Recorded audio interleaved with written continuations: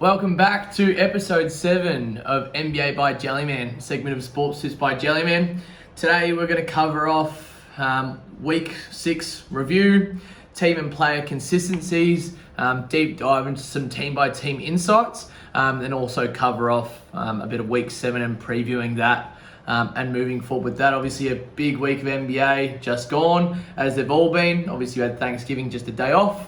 But obviously into the swing of things, starting to see some real consistency show out throughout the season.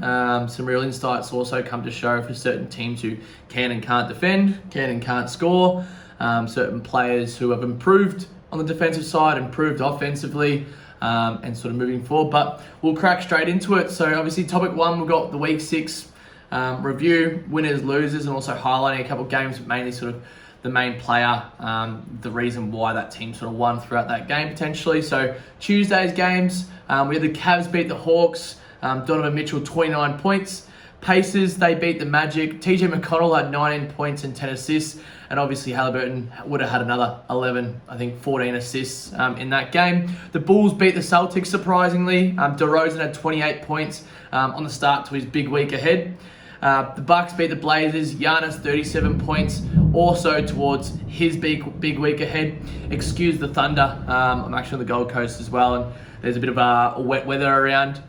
So sorry about that in the background. The Wolves beat the Heat. Cat had a near triple-double with 25, 8, and 9. The Pelicans, they thumped the Warriors. Ingram, he had 34 points. The Warriors were resting all their stars though, so take away from that game what you will. The Knicks beat the Thunder and OKC. Brunson had 34 points. SGA had 30 points. Obviously that's coming off the Thunder then beating the Knicks at Madison Square Garden, so those two teams trading blows. That's their matchups for the season. They've been two really interesting matchups, really high scoring games. Good to watch if you like offense, that is. The Clippers beat the Jazz. Norman Powell had 30 points. Obviously the Clippers, Leonard and George still out once again. We covered off earlier this season. Look, they could be a contender if they stay healthy, but so far early on in the season, they haven't been able to stay healthy. So who knows where that might land them towards the back end of the season. That was Tuesday's games. So Wednesday's games, Sixers beat the Nets. The Sixers obviously didn't have key players. The Nets just couldn't rebound or play defense, but the Sixers did shoot the lights out from 3. So you had DeAnthony Melton and Shake Milton. Bit of a tongue twister there. But both those players played really well, shooting the absolute lights out from the 3. The Kings beat the Grizzlies by 4 points. Fox had 30 points. Morant had 34 points. The Pistons beat the Nuggets by 2 points. Bogdanovic had 22 points. That was a really interesting game, 110 to 108. Real close towards the end there. The Suns beat the Lakers by 10, but AD had a huge week. 37 points and 21 rebounds in that matchup, and Mikal Bridges, 25 points in that one. That was Wednesday's games, only a short amount of games in that one. Thursday's games, prior to Thanksgiving, we had the Hornets beat the Sixers. Rozier had 22 points. The Cavs beat the Blazers. Jarrett Allen had 24 points and 13 rebounds. The Wolves beat the Pacers. Cat, another near triple-double, 23, 11, and 8. He's nearing those triple-double numbers, but hasn't got there yet this season. Hawks beat the Kings, 115, 106. Young, Trey that is, had 35 points. The Celtics beat the Mavs. Luka had 42, 8, and 9, but wasn't enough. Tatum had 37 points and 13 rebounds. The Heat beat the Wizards, 130 to 105. Kuzma actually had 37 and 7 in that one for the Wizards. Nets beat the Raptors in Toronto. So obviously bounced back after that loss versus Sixers in a back-to-back and traveling to Toronto, which is actually quite impressive. Irving had 29 points. The Bulls beat the Bucks in Milwaukee, which is a big win for them. DeRozan had 36 points. Giannis 36, 11, and 7. The Nuggets beat the Thunder in OT in OKC. Nikola Jokic had 39 points, 10 rebounds, and 9 assists. SGA had another big game, 31, 7, and 11. The Pelicans beat the Spurs, Zion 32 and 11. The Pistons beat the Jazz in Utah. Not sure what's going on in Utah. They're up and down, they're up and down, they're up and down. They're consistent, inconsistent. Who knows? The Warriors beat the Clippers. Wiggins had 31 points. That was Thursday's games. Obviously Friday, no games. Move on to Saturday. So Saturday we had the Hornets beat the Wolves in the second half in that one. So the Wolves were actually up quite big at halftime. And then the Hornets went on a massive run in the third quarter, hitting a lot of threes, and the Wolves just not being able to defend it. We saw that actually in this morning's game for the Timberwolves against the Golden State Warriors. I think they allowed 44 points in the first quarter. Just sometimes their defense just falls apart. But it was 58-46 in the second half Charlotte's way, which led them to a win. Oubre Jr. had 28 points. He's been their most consistent scorer this season already in the early part, obviously without Ball, without Bridges. Then obviously Rozier coming back through injury, but he's now back in. The Sixers beat the Magic. Shake Milton 24, 9 and 10, another near triple-double. Blazers beat the Knicks 132-129 in overtime. Simons had 38 points, Brunson 32 points on the way to his big week as well. Celtics beat the Kings 122-104. Tatum another 30-point game, 30 and 8. The Pacers beat the Nets. KD 36, 9 and 8.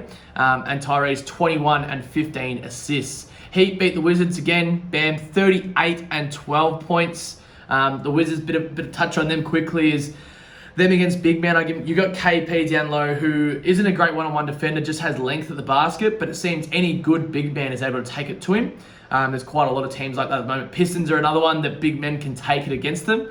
So that's one to watch there. Obviously, centers scoring well is better than those sort of main guards shooting well. They're obviously a lot higher value in the markets. The Rockets beat the Hawks 128-122.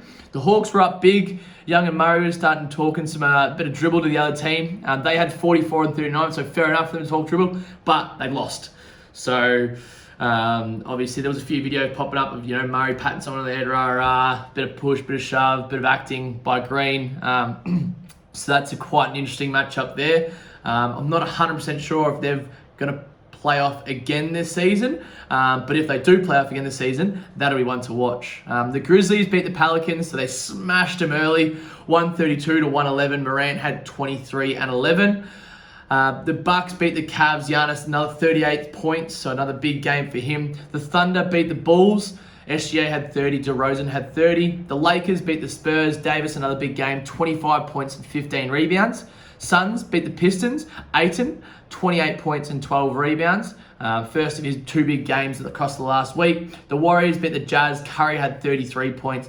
The Nuggets beat the Clippers in LA. Aaron Gordon was dominant with 29 points. That was Saturday's games. We've got Sunday and Monday. So Sunday, Raptors beat the Mavs. Fred had 26 points. OG locked up and scored more than Luka. Was a really interesting battle to watch.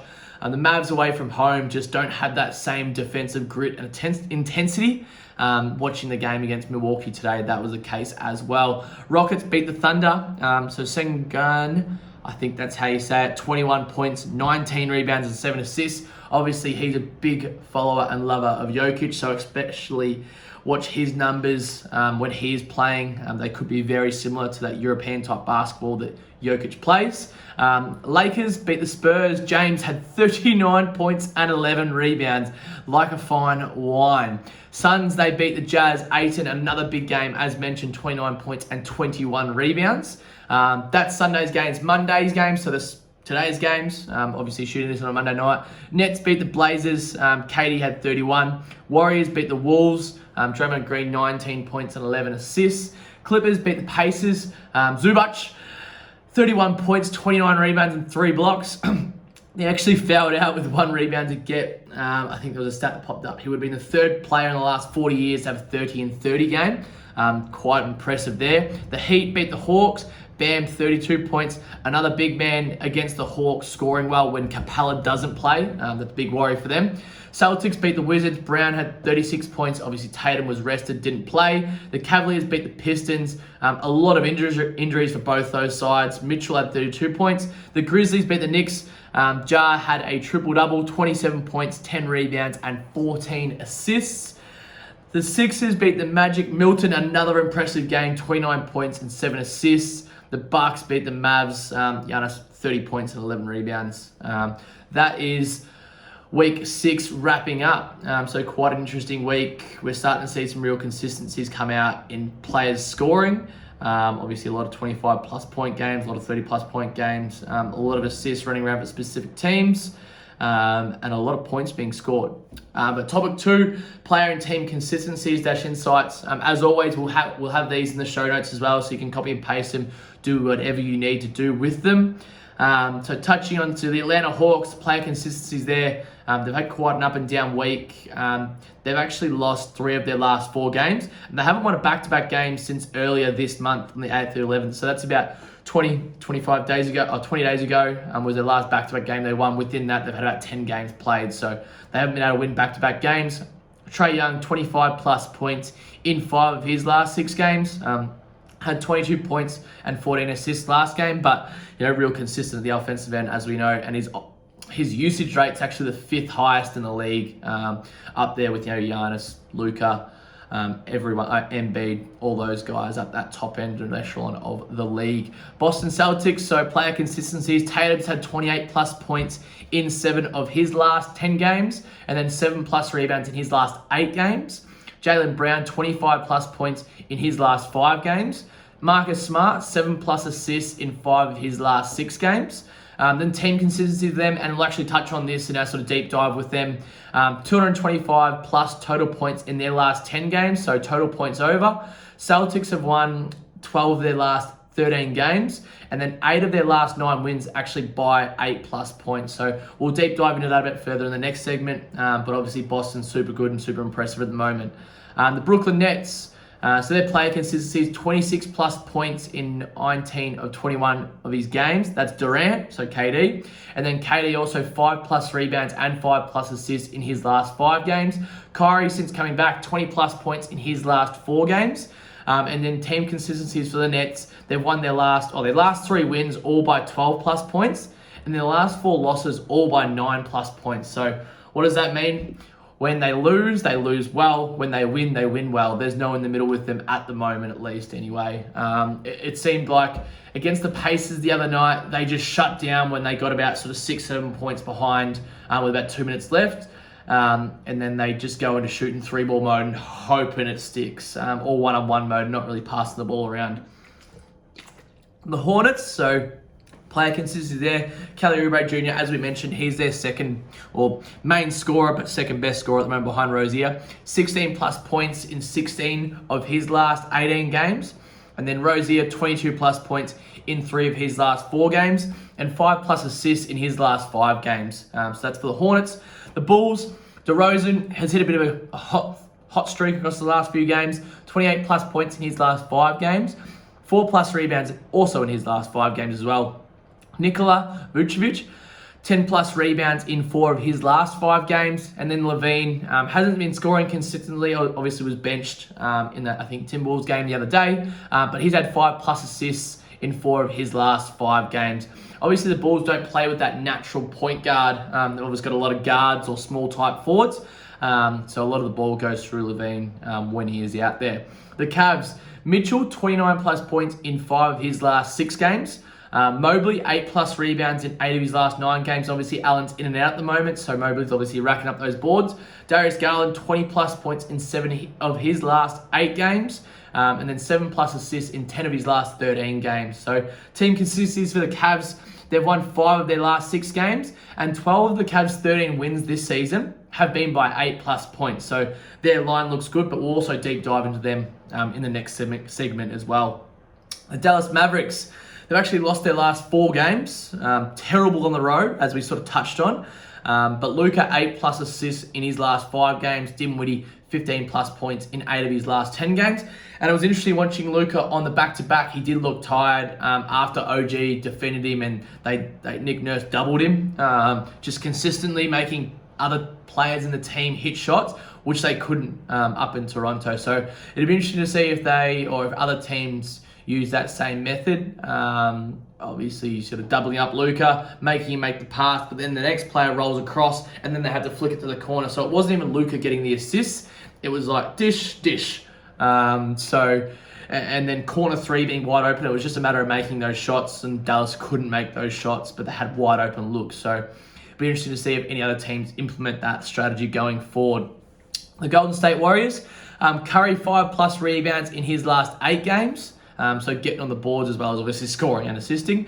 Klay Thompson, after a few, you could say haters come out and said this, that, and the other, 20-plus points in 4 of his last 5 games. Wiggins, 20-plus points in 4 of his last 5 games as well. Team consistencies for the Warriors, they've won 5 of their last 6 games. And all 5 Warrior wins across that period have been by 7+ points. In addition to that, in four of their last 5 games, they've scored 120+ points as well. So they're obviously scoring the ball, passing the ball, doing everything right. And they actually got another win on the road against Minnesota and played really well in that first quarter, got off to a hot start. We'll deep dive into them as well a bit later. The Rockets, so Kevin Porter Jr., 6+ assists in his last 4 games. And then Green, 21+ points in 8 of his last 11 games. 4+ assists in his last 8 games. So he's been super consistent. Obviously, they're sharing the ball a lot better throughout that side. They just did play OKC, and it showed everyone's assist tallies were up and the points were up as well. Indiana Pacers, Halliburton, 11+ assists in 9 of his last 10 games. He even had 11 assists against the Clippers, who played defense really well. The Pacers, they've won 6 of their last 8 games. Lost 2 of the last 3, but they went on a streak across the last 2 weeks. The Lakers, so moving on to them. Davis, 24+ points and 14+ rebounds in his last 6 games. And then the Lakers have won 5 of their last 6 games. So to go along with Davis scoring, they didn't even have LeBron. They were winning games. So Davis is attacking and aggressive, and look what happens. They also did get a host of players back. Walker's been playing well. Obviously, Bryant fills in for Davis when he goes out quickly. And then Schroeder's back as well. So there's sort of depth is now there to go along with him, and Westbrook's been playing well. So good signs for the Lakers, potentially. Memphis, so their player consistencies, 11+ assists for Ja Morant in 3 of his last 4 games. He's obviously now got Jackson Jr. and Brooks both playing consistently. Jackson Jr. has actually had 20+ points in his last 4 games. Brooks has had 23+ points in 3 of his last 4 games. And then Steven Adams, the big fella in the middle, 10+ rebounds in his last 4 games. Team consistencies, the Grizzlies, 115+ points scored in 4 of their last 5 games as well. We'll also quickly deep dive into them in the next segment. The Miami Heat, a host of players out, slowly getting players drip feeding back in, but Bam being consistent as ever, 21+ points in 5 of his last 7 games. And also 8+ rebounds in 7 of his last 8 games. So their consistencies, they've actually won their last 3 games. Now, they did play the Wizards twice and then the Hawks, who have been average without Capella. So take from that what you may. The Bucks, so Giannis, 30+ points in his last 4 games, as we sort of displayed in that review of the last week. He had been scoring very well. And then 4+ assists in his last 7 games as well, so doing a bit of everything. And then Bobby Porter's 8+ rebounds in 18 of his last 19, or of all 19 games. So Portis on the boards, he actually replaces Giannis or Lopez and comes in, and he actually, watching that game today, he was actually stealing rebounds from Giannis and then just giving it to Giannis. So that was quite funny to watch. The Bucks have actually won, their last 4 wins have been by 8+ points as well. So when they win well, much like the Cavs. Minnesota, so the Timberwolves. Edwards, so Anthony Edwards, 22+ points in 5 of his last 6 games. And then 4+ rebounds in his last 8 games. D'Angelo Russell, 6+ assists in 9 of his last 10 games. Obviously has Edwards, Cat, and Gobert to pass to, so plenty of assists racked up there. And then Cat, 4+ assists in his last 4 games. And you would have seen by, I guess, that review of the last week or so, his assist numbers were up and were high and were consistent as well. The New York Knicks, Brunson, 27+ points in his last 4 games.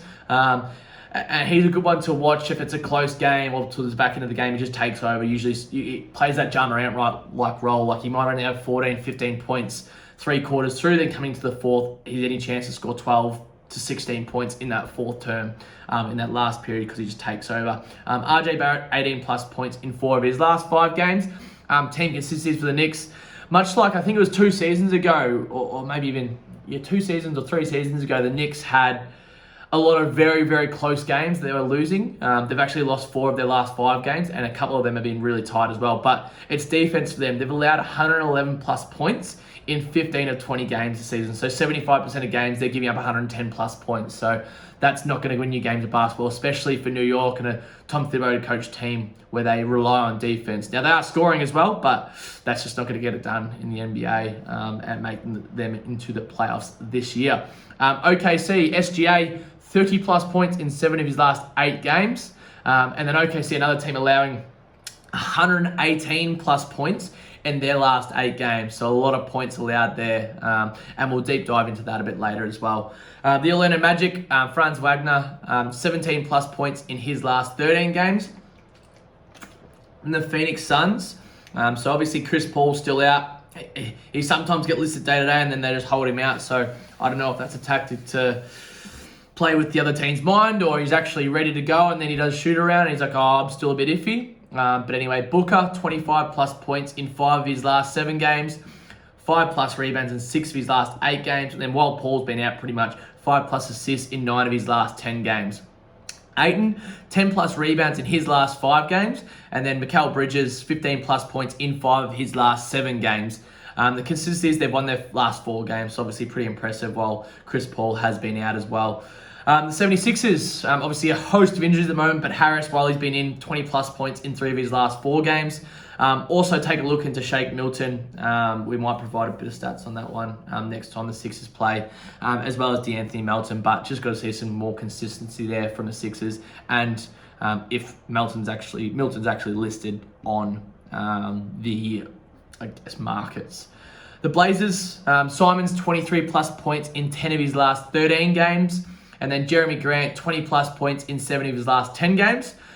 Yusuf Nurkic, 16 plus points in his last 6 games. And the Blazers, they're actually lost 5 of their last 6 games, and they're without Lillard at the moment. So they went on a good run, and then they're on a bit of a bad run. But in that run, all those 3 players have been scoring really well. Nurkic has actually been shooting the 3-ball quite well as well. So have a look into his made threes. There might be a bit of value in that one, especially for big men. Say, for example, they're versing Minnesota and Gobert's in the paint and Towns in the paint.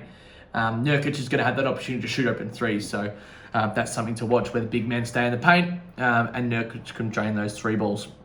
Sacramento Kings, last couple of games been pretty average after their streak ended. Sabonis, 15 plus points in 11 of his last 12 games. And 10 plus rebounds in 6 of his last 8 games. The Kings, they've allowed 112 plus points in 10 of their last 11 games. And we'll also touch on that for Sacramento soon. The Spurs, so Vassell, 18 plus points in his last 6 games. The Spurs have actually lost their last 8 games. So we're sort of trying to stay away from the Spurs at the moment, just anything to do with them as in points-wise, because when you get blown out as a team, you obviously take your starters off. So if Vassell isn't on or Johnson isn't on, you wouldn't notice Keldon Johnson scoring. Would have been down the last few games because he gets subbed out quite early because they're getting blown out or they're losing. Toronto Raptors, a host of injuries as well at the moment, but OG, 26 plus points in 3 of his last 4 games. So quite impressive there. The Utah Jazz, Clarkson, 20 plus points in his last 6 games. Obviously with Conley out, his usage has increased. But the Jazz, once again, have allowed 113 plus points in their last 7 games. We'll also deep dive into that. The Wizards, so Beal, while he's been back, 25 plus points and 4 plus assists in his last 5 games. Kuzma, 20 plus points in his last 4 games and 7 plus rebounds in his last 8 games. The Wizards' last 11 games have been within 10 points or less, so we'll sort of dive into that one as well. But as we mentioned, that'll all be in the show notes about each of those teams' stats, consistencies, all that sort of stuff. If you've got any questions on that, let me know. Topic 3, so obviously the deep dive into specific teams. As we mentioned, we're going to touch on Boston, Cleveland, Golden State, Memphis, New York, OKC, Sacramento, Utah, and Washington. But we'll kick off with the Celtics. So as we mentioned, their team consistencies, 225 plus points, total points in their last 10 games. And they've won 12 of their last 13 games. And then 8 of their last 9 wins by 8 plus points. Upcoming, they've got the Hornets at home. That should be another big win for them. And then they've also got Miami at home. So both games at home before they go on the road next Monday into Brooklyn, which should be a good matchup as well. But with Miami's injuries and how average Miami are playing away, they should be able to get another 4 wins on the trot. And then they go into Toronto next Tuesday, a week away. But they'll all be good games there. Their last sort of 3 games, the last 3 games have scored 120 plus points. Tatum's been killing it. I think the main thing to touch on them about is, their line hitting that, but then also their player points over. So with scoring that many points in a game, obviously a lot of players within the team are going to have 20, 25 plus points, main ones being Tatum and Brown, but also looking at Brogdon, and Smart being the distributor for them as well, and sort of assisting on their plays there. Their record at the moment is 16-4 as well, which is good for first in the league and first in the Atlantic Division. But that's the Celtics. The Cleveland Cavaliers, so as we mentioned, they've won 5 of their last 6 games, but 12 of the 13 wins they've had this season have been by 8+ points. So what does that mean? Their line. But their line at home, they've been 50-50 away from home. They've got the Raptors next up. They're 13-7 at the moment. Obviously heading into Toronto and then going back home to play Philly and Orlando, which should be 2 more wins, and then going into New York, which should be a good matchup. Donovan Mitchell loves to play in New York, so we'll see how that one goes. But as we mentioned, the insight for that one is the Cavs line at home. So Philly and Orlando, looking at that one this week and going, okay, what's the Cavs line? Is it within that, or is it -7.5 or even less? I'd be looking at taking that one. But that's the Cavs. The Golden State Warriors. So currently they're sitting at 11-10, 4th in Pacific Division, but obviously climbing at the moment with a few wins. They finally won a couple of road games. They're going on the road to Dallas, which should be an interesting matchup because Dallas have been playing average while they're on the road trip, but they're heading back now. So we'll see how that one goes. They've won 5 of their last 6 games, the Warriors, and all those 5 wins, as mentioned, by 7+ points. So, and then also 120+ points, 4-4 of their last 5 games. So looking at the Warriors line, they've obviously got Dallas, when they come home, they play Chicago, Houston, and Indiana. I'd be looking at those 3 lines there for the Warriors in dominating at home. Mavericks 50-50 on, depending who's playing, depending who's healthy. But also Golden State have the scoring power to definitely outscore Dallas, and maybe even Steve Kerr throws doubles at Luka and says, hey, let's let other players beat us. So looking at 2 things for the Warriors, 2 insights, the Warriors line and then the player points over, which is obviously a good mark as well. Moving on, Memphis Grizzlies. So they have had 115+ points in 4 of the last 5 games. Across that period, Morant 11+ assists in 3 of those 4 games. So looking at the Grizzlies' assists, and other player points like Jackson Jr. Even Adams has been scoring well, depending on who the other center is. He's been rebounding well as well. Then also Brooks and Jackson Jr. looking at their points over and what that tally is. So that'll be good for Memphis. And their record at the moment, 12-8, first in the Southwest Division. Obviously quite a tight league. And coming up this week, they play the Timberwolves. They play the Timberwolves in Minnesota, and they come back home to play Philly, and then they're at Detroit. So all 3 very winnable games across the next week. New York, so they've, as I mentioned, lost 4 of their last 5 games, allowing 111+ points in 15 of 20 games. So the main thing to look at with them, opposition team player points over. So, if they're playing the Pistons, so if Bogdanovich is playing, looking at his points over. They're also at Detroit as well, so it'll be quite an interesting matchup. But then also for the Knicks, playing against Detroit, Randall should have a big game because they have no inside. Detroit has no inside interior presence. So looking at a couple of those coming up across the next week. They're sitting at 9-11 at the moment, 5th in the Atlantic Division, so sort of down the bottom there. OKC allowing 180+ points in their last 8 games. So what does that mean? Opposition team player points over. Now SGA has been scoring, but they're coming up against the Pelicans. So, Zion, Ingram, points over. And then they're also versing San Antonio. So Vassell, points over. And then at Minnesota, Cat, Edwards, points over. Because those teams are loving to score the ball. So should be a few high-scoring games coming up across this next week for OKC. SGA, potentially another couple 30-point games in there as well.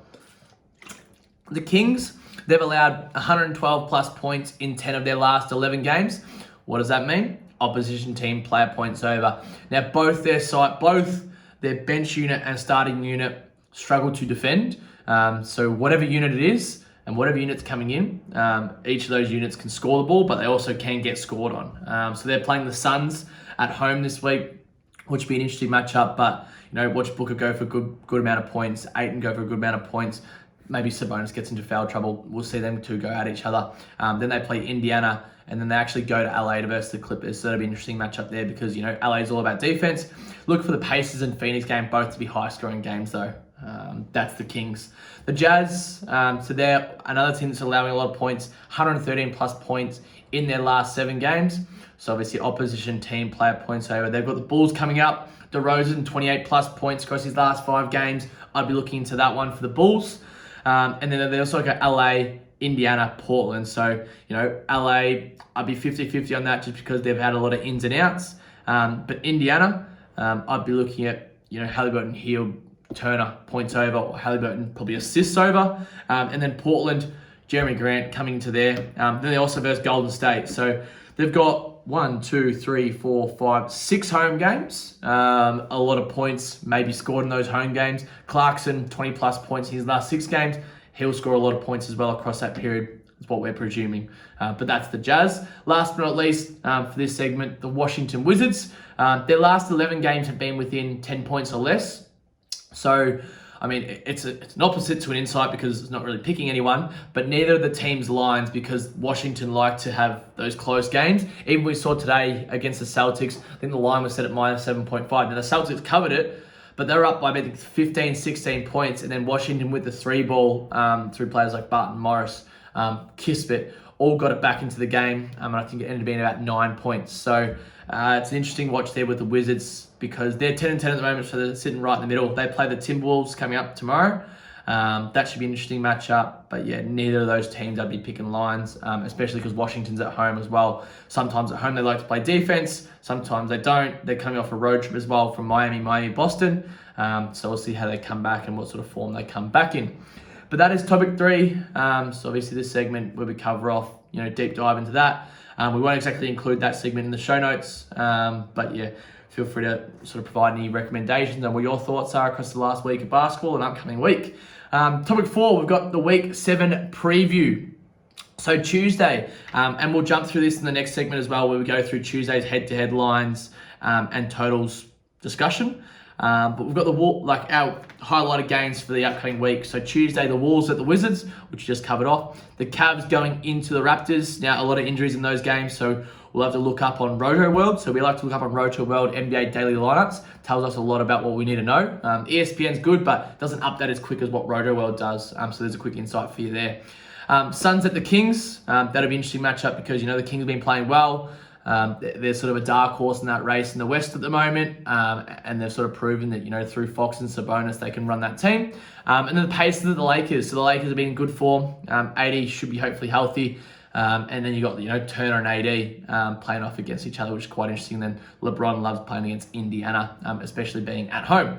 Wednesday game, we see Warriors at the Mavericks. So, Luka versus Curry. Scoring versus defense. That'll be an interesting matchup. We like Golden State in that one just because of how they've been playing of late and how they've been scoring. And Dallas has been terrible. Even though they're going back home, they've been terrible on the road. And maybe that carries into the next game as well. And then you've also got the Clippers at the Blazers. So defense versus defense, but up in Portland as well. Who's healthy for LA in that one? Who knows yet. Thursday, Heat at the Celtics. So, Butler's out at the moment for the Heat. The Celtics are playing really well. We'll see how that one pans out. The Bucks at the Knicks. So Giannis going to New York. I'm pretty sure last time he was in New York, he had a triple-double. But we'll sort of confirm that closer to the time. Grizzlies at the Wolves. Pacers at the Kings. So there's that trade that happened between Tyrese and Sabonis. Changed it across. Both teams are in better position now. Obviously suit each other's organizations. But still obviously interesting when you play your old team and a bit of drama filled around that one. Portland play against the Lakers in LA, which should be a good matchup. The Friday, only one game on the Friday, so the Mavs at the Pistons. Saturday, see the Lakers at the Bucks. Huge game there. Just LeBron versus Giannis. Always a bit of hype around that one. Bulls at the Warriors. So Chicago going into Golden State. Sunday sees the Mavs at the Knicks. Luka in Madison Square Garden. Not much more to say. Thunder at the Wolves. Two teams that love to score. The Blazers at the Jazz. Two sort of rivals out in the West. Monday, the Nuggets at the Pelicans. Celtics at the Nets. So, KD, Irving obviously against Boston again. Brown and Tatum. Hopefully Tatum's healthy and just rested. And then the Cavs at the Knicks. So Donovan Mitchell in New York, Madison Square Garden. Not much more to say, but that's the week 7 preview coming up. Obviously, day to day, just so you guys know, is what we send out. We'll send out the stats from the week, as well as specific players and what they're tallied against that team. So, say for example, it's the Wolves at the Wizards. We'll send out Cat against the Wizards in the past, his last 5 games. This is what he's done, or Edwards, here's what he's done. Just to give you a bit of insight on what we send out our guys through Sports Tips by Jellyman. So, topic 5. Discussion of Tuesday's head-to-head lines, totals discussion. I'm on Bet365 at the moment, but our members use whoever they like. So touching on now, you got the Hawks at the Philadelphia 76ers. The Hawks 183 to win, Philadelphia $2 to win. Now with the outs that Philly have at the moment, but the way Atlanta is playing, that's a hard one to pick. I'm just going to open up and see if the lineups are up as of yet. It doesn't look like so, just depending on who's healthy for both squads. But there's no total over-under as of yet, just because they won't know who's healthy. Minnesota versus Washington, as we said, it's hard to separate those two teams because Minnesota on the road and then Washington at home quite good. Once again, Minnesota to win 183, Washington to win $2. So the Hawks and the Wizards line both set the same. The Hornets at the Celtics, so as we mentioned about the line, it's a quite deep line, minus 11.0 at the moment. Boston to win 116, Hornets to win 550. That'll be an interesting one. We probably won't have a line in that one. We may just have the head-to-head for Boston, but sort of looking at maybe Kelly Oubre's points and maybe Terry Rozier's points. Terry Rozier back into Boston, obviously used to play for them. Looking at his points over likely in that one. Cleveland versus the Raptors. Cleveland actually $2.05. The Raptors 180. We saw the Raptors how they played against Dallas, but will they play that same way against Donovan Mitchell? Who knows? Magic Nets, the line's at minus 11, which is quite hefty. The Magic have been playing okay. They did get blown out though by 30 points against Philly. So who knows what Magic side turns up on the road. OKC, New Orleans. New Orleans is $1.50 to win. Minus 4.5 is that line. That's a line we like from the Pelicans. The Thunder are good, but they're average on the road. And they struggle to shoot, and we saw that in Houston. So the Pelicans line is something we'll definitely probably take in that one, especially after the Pelicans played so poorly against Memphis. They'll be looking at a bounce-back game. The Bulls and the Jazz. The Bulls are 220. The Jazz are 171. Obviously, Utah is a super difficult place to play. The points over-under set at 234.5. We'll have to look at that one a bit more deeply, but... that one's 50-50 depending on who's playing, just at the top of our head. Houston Rockets versus the Denver Nuggets. The line's set at minus 11.5. The Rockets line actually might look all right in that one because they haven't been losing by big margins this year. And Green and Porter Jr., depending if they're healthy or not, should be able to cover that line, especially in Denver with Denver's squad at 50-50. Here's an interesting one. Phoenix Suns, Sacramento Kings, 195 the Suns are paying. The Kings 186. The Suns are the better team. They have been 50-50 on the road, but they are the better team, definitely between that matchup. So that'll be something we look at. The Pacers and the Lakers, now depending if AD is healthy or not, that'll be an interesting matchup. Also, the points over in that one will be there. It's at 235 at the moment. That'll be an interesting one to watch as well because both those teams love to get up and down the floor and not play defense. So I guess the lines to look at tomorrow would be potentially the Cavs to win. The head-to-heads and lines to look at tomorrow. The Cavs to win at 205. I think that's quite good value. The Pelicans minus 4.5. We like that. The Bulls potentially to upset Utah on the road. Just have to look at who and how they've gone in Utah in the past. The Rockets plus line against the Nuggets. We quite like that one as well, depending on who's healthy and who's playing for Denver. The Suns underdogs 195. That's also quite good. The Lakers just head-to-head potentially with something like a Davis or a LeBron points over. That sort of combo. But then also Halliburton assists in that one would be a good discussion point. But that is all for this evening. Feel free to like, follow, and subscribe at Sports Tips by Jellyman on Facebook, Instagram, YouTube. This will be up on all good podcasting apps. That is all, folks. Happy week of successful punting. Thank you.